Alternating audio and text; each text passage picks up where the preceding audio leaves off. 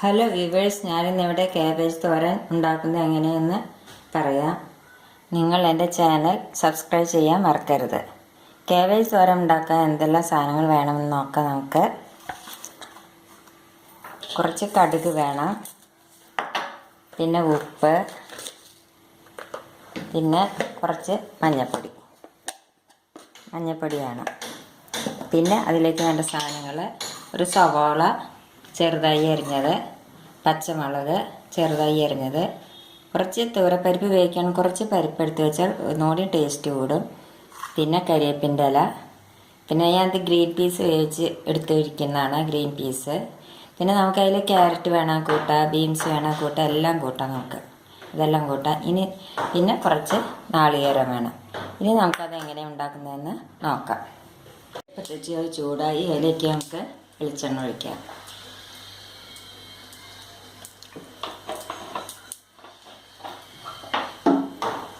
വെളിച്ചെണ്ണ ചൂടായി, അതിലേക്ക് നമുക്ക് കടുക് ഇടാം. കടുക് പൊട്ടട്ടെ.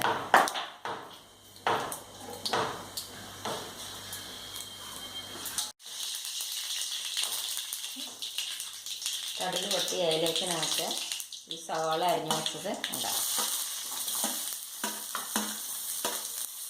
പച്ചമുളക് ഇടാം. എന്നിട്ട് അതൊന്ന് വഴറ്റണം.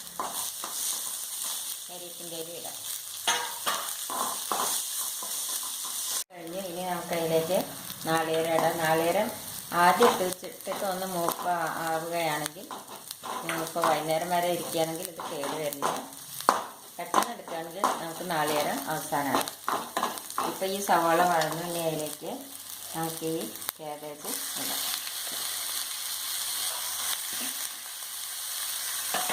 കാബേജ് ഇടാം. നമ്മൾ വേവിച്ച് വെച്ചിരിക്കുന്ന പരിപ്പ് ഇടാം. പിന്നെ വേവിച്ച് വെച്ച ഗ്രീൻ പീസ് അത് ഇടാം. എന്നിട്ട് കുറച്ച് മഞ്ഞൾപ്പൊടി,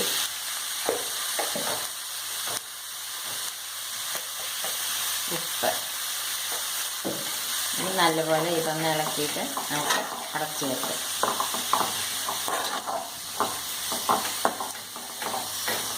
അടച്ച് വയ്ക്കാം. ഈ കാബേജിൽ വെള്ളം ഒഴിക്കേണ്ട ആവശ്യമില്ല. ഈ കാബേജ് കഴുകി എടുത്തിട്ട് അതിൽ തന്നെ വെള്ളം ഉണ്ടാകും. അതുകൊണ്ട് വെള്ളം ഒഴിക്കേണ്ട ആവശ്യമില്ല. ഇനി നമുക്കിത് അടച്ച് വയ്ക്കാം. ഇനി നമുക്കൊരു 15 മിനിറ്റ് കഴിഞ്ഞിട്ട് നോക്കാം. കാബേജ് റെഡിയായി കഴിഞ്ഞ് ഇനി അതിലേക്ക് നമുക്ക് ഈ നാളികേരം ഇട്ടിട്ട് അതുപോലെ ഇളക്കി വയ്ക്കാം.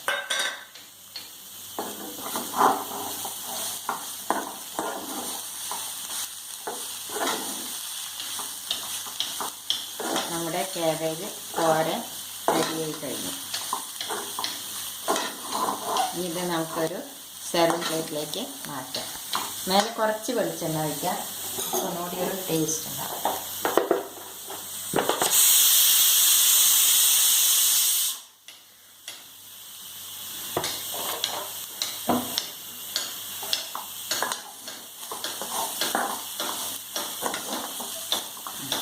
ഇനി നമുക്കൊരു സെർവിങ് പ്ലേറ്റിലേക്ക് മാറ്റാം. ഈ കാബേജ് തോരൻ നമുക്ക് ചോറിൻ്റെ കൂടെ എല്ലാം കഴിക്കാൻ നല്ലതാണ്.